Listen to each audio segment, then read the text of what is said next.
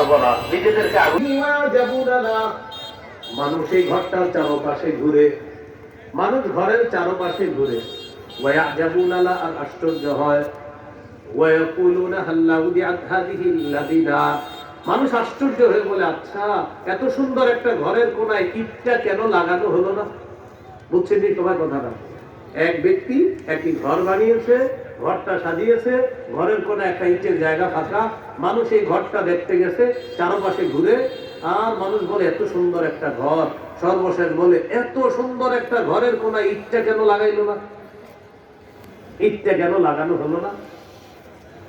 আমাদের নবীজি বলেন, আনাল্লাবিনা আনা খাতামুন নাবিয়িনা লা নাবিয়্যা বাদি। আদম থেকে ঈসা নবী পর্যন্ত নবুয়তের ঘর আল্লাহ সাজিয়েছেন। ঘরটা বড় চমৎকার ভাবে আল্লাহ সাজিয়েছেন। ঘরের একটা ইটের জায়গা ফাঁকা, ওই ইট অন্য কেউ নয়, ওই ইট হলাম আমি, নবী মুহাম্মদ সাল্লাল্লাহু আলাইহি ওয়াসাল্লাম। আমি হলাম সেই ইট। আমার মাধ্যমে আল্লাহ তাআলা নবুয়ত নামক এই ঘরের সৌন্দর্যের সমাপ্ত আল্লাহ করে দিয়েছেন আমার মাধ্যমে।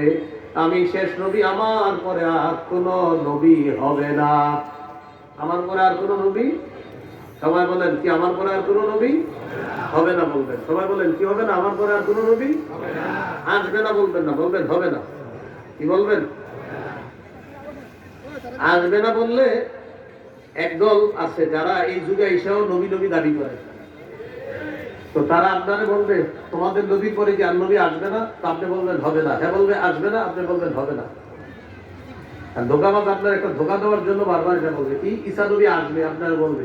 তো আপনি সহজ সরল মানুষ চিন্তা করবেন, ঠিকই তো, ঈসা নবী তো আসবে। তখন বলবে ঈসা নবী যে অর্থে আসছে, দুনিয়াতে আসবে, সেই অর্থে আমাদের গুরুদাসপুরের অমুকেও এসেছে, নাউজুবিল্লাহ বলেন। মানে বর্তমান যুগের কোন ভণ্ড নবীর নবী হিসাবে প্রমাণ করার জন্য আপনারা বলবে ঈসা নবী যেহেতু আসবে, অতএব বুঝা গেল তোমাদের নবীর পরে নবী আসবে।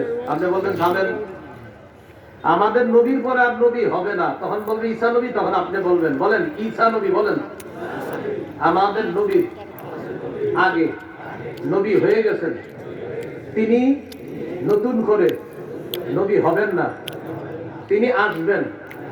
আসলে আপনি সমস্যা নেই, বলেন সবাই আপনার সমস্যা নেই। আমাদের নবীর পরে আর নবী হবে না নতুন করে। ঈসা নবী আমাদের নবীর আগে নবী হয়ে গিয়েছে, তিনি আসবে। বলেন তিনি আসবে। মৃত্যুর বিধান বাকি আছে। এই মৃত্যুর বিধান পালন হওয়ার জন্য আল্লাহ তাআলা তাকে দুনিয়াতে আনলেন।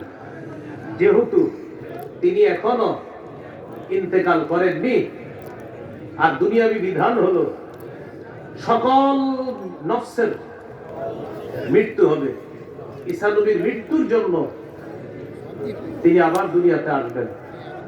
তবে নতুন করে নবী হবেন না, কারণ তিনি আগে নবী হয়ে গিয়েছেন।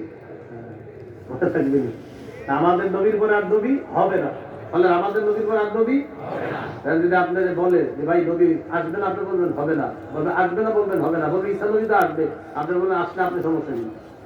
ঈসা নবী আমাদের নবীর আগে নবী হয়েছে, আসলে সমস্যা কি আপনি এটা বলবেন। তখন আপনি যখন বলবেন আগে নবী হয়েছে, তখন এই ধোকাবাজ বুঝে ফেলবে না, এর তো ধোকা দেওয়া যাবে না। ওই যে এটা যখন বলবেন আমাদের নবীর আগে ঈসা নবী নবী হয়েছেন, নতুন করে তিনি নবী হবেন না, তাহলে আমাদের নবীর পরে আর নবী হয় নাই, হবে না। কেউ যদি বলে আমাদের নবীর পরে কেউ নবী হয়েছে, হবে, সে কাফের, তার অনুসারী কাফের। আর মুনাফিক মার্কা কোনো মুসলমান যদি তাদেরকে সমর্থন করে, তারাও কাফের।